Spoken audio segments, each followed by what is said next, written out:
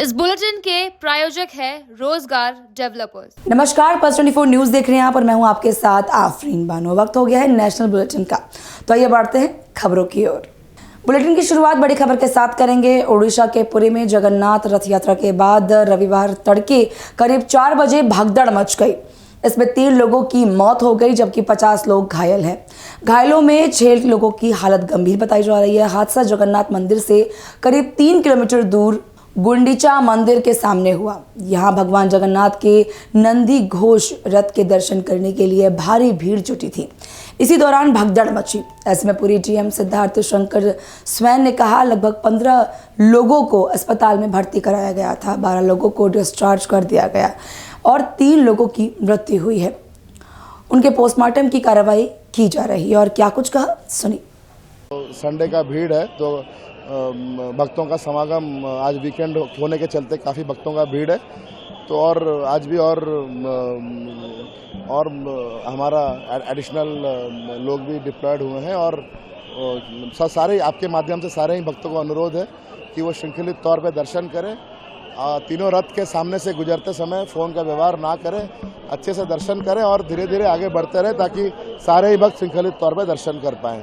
रात को 4 बजे 15 मिनट में जो हुआ था घटना, उसको लेके क्या कहिए? नहीं, जो आज सुबह में कुछ हमारे जो भक्त थे उन्होंने और जो डिफरेंट कुछ हाई डेंसिटी क्राउड पॉकेट्स जो बन गए थे उसमें लगभग हमारे 15 जो डिवोटीज थे उनको डिस्ट्रिक्ट हेडक्वार्टर हॉस्पिटल को शिफ्ट किया गया था। लगभग सुबह 4:20 से लेकर 5:40 तक सुबह, और उनमें से 12 जनों को सामान्य चिकित्सा और जो मेडिकल केयर है उसे प्रदान करने के बाद उन्हें डिस्चार्ज किया गया है। और जो दुर्भाग्यपूर्ण तौर पे जो 3 लोगों का जो मृत्यु हुई है तो उस पर अभी जो पोस्टमार्टम की कार्रवाई है वो कंसर्न्ड डिपार्टमेंटल डॉक्टर्स के द्वारा की जा रही है और उसके बाद ही मृत्यु का जो कारण है उस पर स्पष्टता आएगी। खबर उत्तराखंड से है, जहां बड़कोट यमुनोत्री मार्ग पर हुए भूस्खलन पर मुख्यमंत्री पुष्कर सिंह धामी ने कहा बड़कोट यमुनोत्री मार्ग पर एक बड़ी भूस्खलन की घटना हुई। वहां काम करने वाले 29 लोग इसकी चपेट में आ गए। वहां पर बचाव दल पहुंचा और 20 लोगों को सुरक्षित निकाल लिया गया। 2 लोगों के शव बरामद किए गए हैं। एनडीआरएफ, एसडीआरएफ, प्रशासन, आपदा प्रबंधन के लोग सभी मिलकर लगातार बचाव कार्य में लगे हुए हैं। सभी जिलाधिकारियों को अलर्ट मोड में रहने के निर्देश दिए गए हैं। और क्या कुछ कहा सुनिए। अलीगढ़ के पास एक बड़ा लैंडस्लाइड हुआ और उसमें 29 लोग उसकी चपेट में आ गए थे जो वहाँ काम कर रहे थे। वहाँ पर बचाव दल पहुँचा और 20 लोगों को तत्काल ही वहाँ सुरक्षित निकाल लिया गया है। 2 लोगों की वहाँ पर बॉडी भी रिकवर हुई है। बचाव के काम चल रहे हैं। एनडीआरएफ, एसडीआरएफ और आपदा प्रबंधन विभाग के लोग, स्थानीय प्रशासन के लोग सब मिलकर लगातार बचाव के कार्य में वहाँ लगे हुए हैं। सभी जिलाधिकारियों को अलर्ट मोड में रहने के लिए कह दिया है। उसकी एक समीक्षा आज हम लोगों ने यहाँ से करी है, क्योंकि अगले 2 महीने लगातार अलर्ट में रहने के लिए कहा गया है। जहाँ पर आवश्यकता अनुसार जो भी काम करने की आवश्यकता करें। खराब मौसम को देखते हुए 24 घंटे के लिए अगले 4 धाम यात्रा को रोक दिया है और जैसे ही मौसम ठीक होगा जो यात्री आए, श्रद्धालु आए, उनको बाहर निकाला जाएगा। सभी की सुरक्षा हमारे लिए सर्वोच्च प्राथमिकता है, उसको ध्यान में रखकर हम काम कर रहे हैं। और जो यात्री अभी रुके हुए हैं या खराब मौसम के कारण से अभी गंतव्य की ओर प्रस्थान नहीं कर पा रहे, उनके लिए भोजन इत्यादि की व्यवस्था, रहने की व्यवस्था और अन्य जिनको छोटे बच्चे हैं उनके लिए दूध, दवाई इत्यादि की सभी व्यवस्थाएं करने के लिए कहा है। परीक्षाएं जो यूपीएससी की हो रही थी वो ठीक प्रकार से संचालित हो रही है। प्रशासन के लोगों ने कहीं कहीं पर रुद्रप्रयाग जनपद में, अन्य जनपदों में जहां छात्रों को या परीक्षार्थियों को पहुंचाना था उनको पहुंचाया भी है। और खराब मौसम के बावजूद जो परसेंटेज है परीक्षा में भाग लेने वाले परीक्षार्थियों का वो गत वर्ष से अच्छा है। कुल मिला के हमारा प्रयास है कि कोई भी जनहानि न हो, किसी प्रकार का नुकसान न हो। पिछले अनुभव जो हैं उसके आधार पर सभी जिलाधिकारी, हमारे आपदा प्रबंधन विभाग, एनडीआरएफ, एसडीआरएफ सभी काम कर रहे हैं। पिछले दिनों जो एक बस दुर्घटना हुई थी उसके लिए भी खोज का काम लगातार हमारा सर्च अभियान उसमें भी चल रहा है। अभी जहाँ जहाँ हमारे नदी नाले गधेरे ये अपना रास्ता बदल सकते हैं, जिलाधिकारियों से कहा है कि वहाँ पर सैनिटाइजेशन की आवश्यकता पड़े तो सबकी मदद से सब लोगों को साथ में लेकर कोऑर्डिनेशन करते हुए जो भी प्रबंधन सबसे बढ़िया हो सकता है वो प्रबंधन करेंगे और अलर्ट मोड पर रहेंगे। काशी में भगवान जगन्नाथ की रथ यात्रा के आयोजन में पहुंचे कांग्रेस प्रदेश अध्यक्ष अजय राय ने पूरी भगदड़ की घटना पर कहा कि ये काफी दुखद है। मैं अपनी संवेदना प्रकट करता हूं। जिन लोगों की मृत्यु हुई, भगवान बाबा विश्वनाथ और भगवान जगन्नाथ उनकी आत्मा को शांति दे। मैं करीब 35 वर्षों से प्रत्येक वर्ष यहाँ आता हूँ और जिस दिन रथ का खींचने का दिन होता है आज उसी दिन मैं रहता हूँ। पूरे देश के अंदर ये महाप्रभु की यात्रा मनाई जा रही है। जैसे उड़ीसा में जगन्नाथपुरी में होती है, ठीक उसी प्रकार की पूरी यात्रा काशी में भी होती है और ये काशी के लोग इसमें पूरी अपनी सहभागिता निभाते हैं और सब लोग इसमें आके भगवान जगन्नाथ का आशीर्वाद लेते हैं। आज हम सब लोग यहाँ आकर कहीं भी रहते हैं, हम सब लोग इस दिन जरूर आते हैं और भगवान जगन्नाथ का आशीर्वाद, उनका रथ खींचने का सौभाग्य हमें प्राप्त होता है और वो आशीर्वाद, वो सौभाग्य हम सबको मिलता है। पूरी में एक स्टैम्पेड हुआ है, 3 लोग की मारने की वो है और काफी लोग इंजर्ड हुए। नहीं, काफी दुखद है और निश्चित तौर से मैं अपनी संवेदना प्रकट करता हूं। जो लोग उसमें स्वर्ग सिधारे और जो लोग उसमें घायल हैं उनके प्रति मैं भगवान से प्रार्थना करता हूं कि जल्द से जल्द स्वस्थ हो और जिनकी मृत्यु हुई भगवान बाबा विश्वनाथ उनको, उनकी आत्मा को शांति दे, भगवान जगन्नाथ उनकी आत्मा को शांति प्रदान करे। मानसून चल रहा है, हर तरफ लगातार हो रही बारिश लोगों के लिए परेशानी का सबब बनती हुई नजर आ रही है। आपको बता दें कि आईएमडी वैज्ञानिक नरेश कुमार ने जानकारी देते हुए बताया कि पूरे उत्तर भारत में भारी से भारी बारिश होने की संभावना बनी हुई है। आज के लिए उड़ीसा और झारखंड के लिए हमारा रेड अलर्ट है। हिमाचल प्रदेश और उत्तराखंड के लिए भी अलर्ट जारी किया गया है। वहाँ लगातार भारी वर्षा हो रही है। आने वाले दिनों में भारी वर्षा से अधिक बारिश होने का अनुमान है। पंजाब, हरियाणा और पश्चिम उत्तर प्रदेश के लिए भी हमारा रेड अलर्ट है। वहां भी 12 सेंटीमीटर से अधिक वर्षा होने का अनुमान लगा रहे हैं। दिल्ली एनसीआर में आज और कल हल्की से मध्यम वर्षा हो सकती है। हमने दिल्ली एनसीआर के लिए येलो अलर्ट जारी किया है। देखिए, अभी क्या है कि आज की डेट में सारी जो मानसून की कंडीशंस है वो सेटिस्फाई हो गई। उसके साथ ही अभी एक लो प्रेशर एरिया बना हुआ है जो भी नॉर्थ वेस्ट बे में है। कल तक एक लो प्रेशर एरिया था, सौराष्ट्र कच्छ में था। तो उसके अलावा एक ईस्ट वेस्ट ट्रफ जोन बना हुआ है और ये सारी चीज़ें मानसून के लिए काफ़ी फेवरेबल हैं। इसी को मद्देनज़र के कारण होते हुए ये सब मानसून आज इंटायर कंट्री कवर हो चुका है, इंक्लूडिंग जो कुछ हिस्से हमारे राजस्थान के बचे थे, हरियाणा के बचे थे, उत्तर प्रदेश के बचे थे। इसके साथ ही अगर आप आने वाले दिनों की बात करें, जो मानसून ट्रफ है वो हमारा अभी नियर दिल्ली के पास ही है, थोड़ा नॉर्थ में है और उसके कारण क्या है कि जो रेनफॉल एक्टिविटी अभी हम कह सकते हैं कि हैवी, वेरी हैवी रहने का पूरा नॉर्थ इंडिया में पॉसिबिलिटी है। जी, आप मैप के जरिए देख सकते हैं आज के लिए हमारा उड़ीसा और झारखंड के लिए रेड अलर्ट है।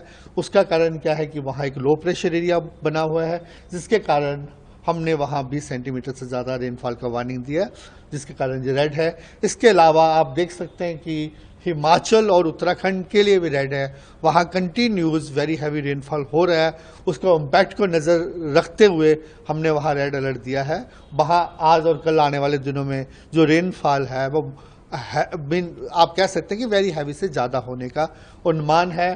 पंजाब, हरियाणा, वेस्ट यूपी के लिए भी हमारा ऑरेंज अलर्ट है, वहाँ भी हम 12 सेंटीमीटर से ज़्यादा रेन अनुमान लगा रहे हैं। अगर आप एनसीआर दिल्ली की बात करें तो ऑलरेडी रेनफॉल एक्टिविटी चल ही रहा है, कल से भी, कल भी रहा है और आज और कल भी जहां लाइट मॉडरेट रेनफॉल रहने का अनुमान है और उसके बाद थोड़ा इसमें कमी आ सकती है, जिसके लिए हमने एनसीआर दिल्ली के लिए हमने येलो अलर्ट दिया है। खबर दिल्ली से है, जहां झुग्गी झोपड़ियों पर बुलडोजर चलाए जाने के खिलाफ आप नेता गोपाल राय ने कहा, जब दिल्ली में भाजपा की सरकार बनी तो बहुत सारे लोगों को उम्मीद थी कि केंद्र में भाजपा की सरकार है, राज्य में भाजपा की सरकार है, उपराज्यपाल नगर निगम पुलिस भाजपा के हैं तो कुछ अच्छा होगा।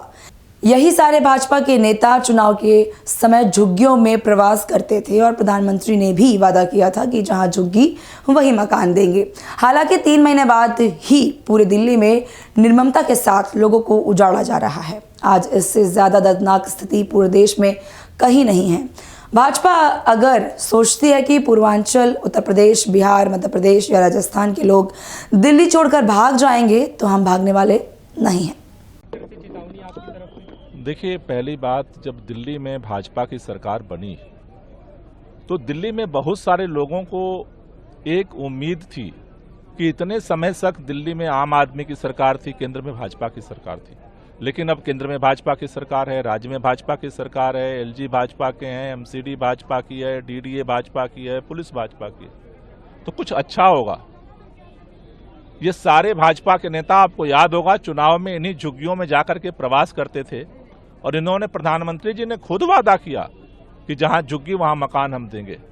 लेकिन 3 महीने नहीं बीते, पूरे दिल्ली के अंदर जिस तरह से लोगों को निर्ममता के साथ बुलडोजर से उजाड़ा जा रहा है, आज शायद इससे दर्दनाक स्थिति पूरे देश में कहीं नहीं है।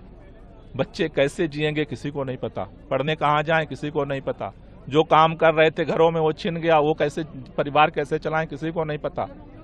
इसलिए भाजपा अगर ये सोचती है कि पूर्वांचल के लोग, यूपी बिहार के लोग, मध्य प्रदेश राजस्थान के लोग दिल्ली छोड़ के भाग जाएंगे, हम भागने वाले नहीं हैं।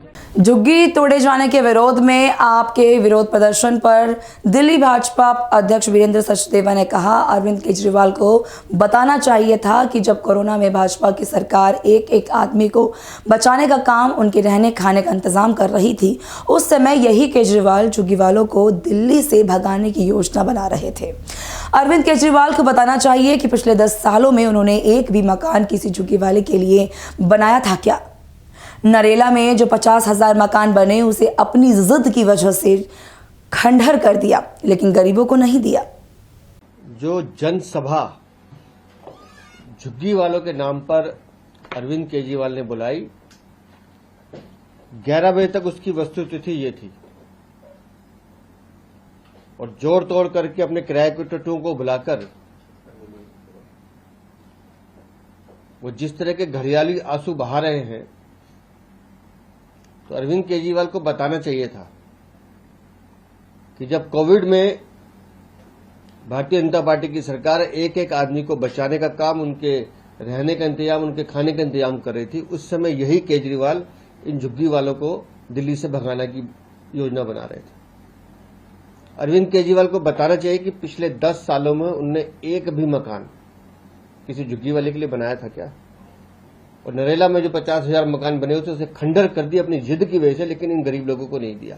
और आज जब दिल्ली की सरकार, भारतीय जनता पार्टी की, नरेंद्र मोदी की सरकार जलियांवाला बाग में, कालका जी में, कलिंगर कॉलोनी में और नरेला वाले मकानों को बनाकर दोबारा से झुग्गी वालों को देने की बात कर रही है, तो इन्हें तकलीफ होती है।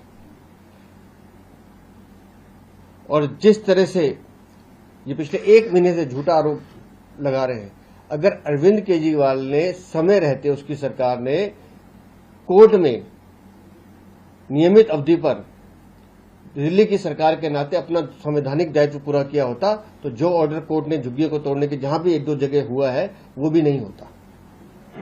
मैं तो एक चीज और पूछना चाहता हूं कि आज जो भाषा अरविंद केजरीवाल और गोपाल राय ने माननीय प्रधानमंत्री जी या उनके आवास के बारे में बोली है, ये सीधा सीधा दिखाता है कि इनके अंदर का नक्सलवाद अभी भी उबाले मारता है और सभ्य समाज में ऐसे नक्सलियों की कोई जरूरत नहीं होती है। अरविंद केजरीवाल की हताशा हम समझ सकते हैं कि दिल्ली की जनता ने जो मैंडेट दिया है वो उनको आज तक कबूल नहीं कर पा रहे। स्कूल घोटाले में मनीष सिसोदिया, सत्येंद्र जैन पेशी लगा रहे हैं। स्वास्थ्य घोटाले में सौरभ भारद्वाज भी पेशी के लिए बुलाए जा रहे हैं और उन बातों से ध्यान भटकाने के लिए अब ये झुग्गी वालों की बात कर रहे हैं। दिल्ली की जनता अरविंद केजरीवाल, आम आदमी पार्टी और कट्टर बेईमान झाड़ू निशान को नकार चुकी है और इनकी हताशा, इनकी निराशा इनके बयानों से दिखाई। झुग्गी झोपड़ी पर बुलडोजर चलाए जाने के विरोध में आप अध्यक्ष सौरभ भारद्वाज का बयान सामने आया है। उन्होंने कहा है कि दिल्ली में 40 से 50 लाख लोगों को भगाने का प्रयास हो रहा है। यही वजह है कि हमारे द्वारा आंदोलन की शुरुआत की गई है।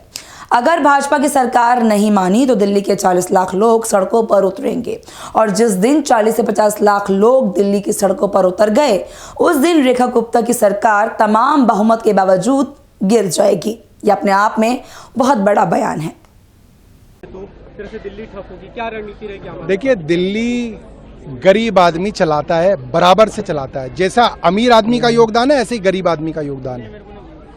अमीर आदमी के घर में रोटी भी गरीब आदमी पकाता है, बर्तन भी वही धोता है, गाड़ी भी वही चलाता है, चौकीदार भी वही है, माली भी वही है, बच्चे भी वही पालते हैं। तो अगर दिल्ली के अंदर 40-50 लाख लोगों को भगाने की कोशिश होगी तो आज एक आंदोलन की शुरुआत हमने जंतर मंतर पे की है।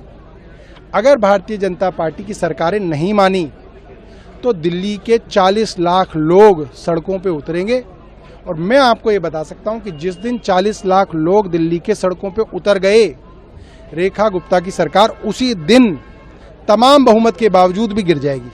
आपने एक तरह से कांग्रेस पे भी निशाना साधा, राहुल गांधी का बिना नाम लेके लोग गरीबों का मसीहा करते हैं लेकिन झुग्गी वालों को बचाने के लिए नहीं उतरे। देखिए, पिछले 5 महीने से दिल्ली के अंदर बुलडोजर चल रहे हैं, गरीबों के सर से छत छीनी जा रही है, उनके रोजगार छीने जा रहे हैं।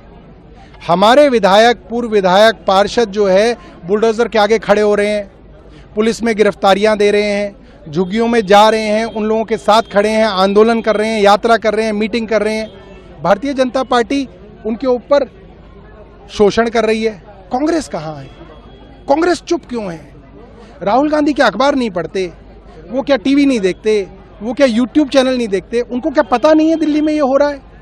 कांग्रेस कहाँ है? कहाँ गायब है? राहुल गांधी जी क्यों नहीं आए अब तक इन गरीबों के लिए? इसका मतलब साफ है, जिस तरीके से दिल्ली के चुनाव में कांग्रेस ने भारतीय जनता पार्टी की मदद की, 42 करोड़ रुपए कैश कांग्रेस को मिला। डोनेशन कहां से मिल गया भाई? हमारी तो सरकार थी, हमें 2000 रुपए कैश मिला। कांग्रेस को 42 करोड़ रुपए कैश देने वाले डोनर कौन है? नाम बताए कांग्रेस उनका, हम भी पूछ लें, हम भी पता कर लें। और भारतीय जनता पार्टी इसकी जांच क्यों नहीं कराना चाहती? क्यों? क्योंकि इसके अंदर फायदा भारतीय जनता पार्टी का था और हो ना हो ये पैसा कहीं ना कहीं आम आदमी पार्टी को हराने के लिए और भाजपा को जिताने के लिए दिया गया था। फिलहाल इस बुलेटिन में मेरे साथ बस इतना ही। आप देखते रहिए पल्स 24 न्यूज। नमस्कार। इस बुलेटिन के प्रायोजक थे रोजगार डेवलपर्स।